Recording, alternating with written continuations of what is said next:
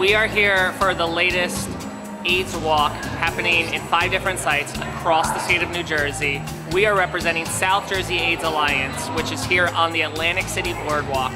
Really proud, as always, of the turnout that we have here to help show everybody that AIDS is still a pressing matter. We're very lucky at incredible strides we've made in treatment and care, but we cannot give up on the people who still need to make sure that we keep pushing every day until we get transmission rates down to 0. And that's what it's all about today. As we said 2 years ago, we had a bad shower as well, and Mortimer on our board, who does an incredible job hosting this walk every year, came out and said that there are some people he knew and loved who he was sure would love to have an extra day, even if it just meant to walk in the rain on this earth.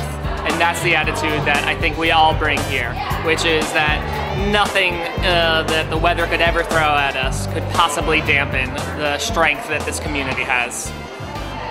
We're used to, in this community, of being pushed into the shadows. And I think we learned early on in the fight for justice that when it comes to HIV/AIDS, that's a death sentence. And that we have to get out and we have to tell people what's working, why it's working, and why it's worth fighting for.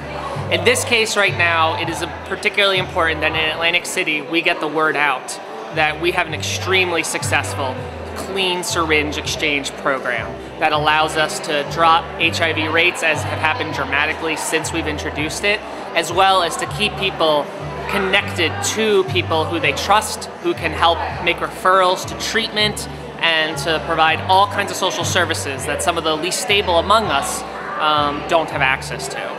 So why we're out here today reminding people of how important it is that we continue to support this particular program of ours is because we are in a situation where City Council is considering rescinding the law that allows us to provide clean syringe access in the city altogether.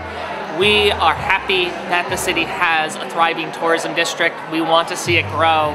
We may be inside of that zonage, but we want to move wherever it is in the city where we can partner best and still continue to provide the service we have. So we want to remind everyone that even if it becomes the best move for us to relocate our syringe access, that we have to be in the city. To rescind the ordinance altogether that permits it is to turn our backs on the public health of our city and to try and export our own city's needs to another place, which we can't do, and is not in the spirit of all those who fought so hard to get to the place that we're at now.